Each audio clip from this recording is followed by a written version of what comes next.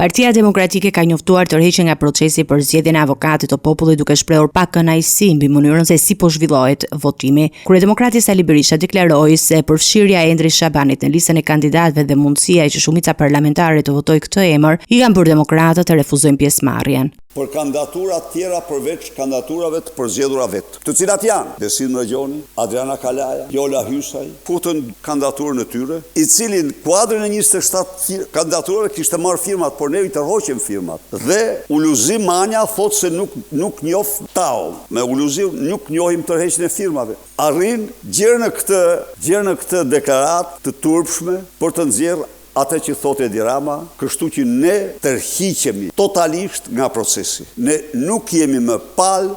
Kryeministri akuzoi se gjykatës kushtetuese po i bëhet presion. Por të diktuar kësaj gjykate vendimin e Edi Ramës me të cilin po bllokon luftën kundër korrupsionit për të mbrojtur veten e tij dhe Lubi Ballukun nga vjedhja e 50 milion eurove në tunelin e Llogaras. Sulmet ndaj gjykatës kushtetuese në këtë çështje janë të papara ndonjëherë në historinë e këtij vendi. Kërcënimet, paritja dhe metoda të tjera kriminale po përdoren nga mëngjesi gjendar.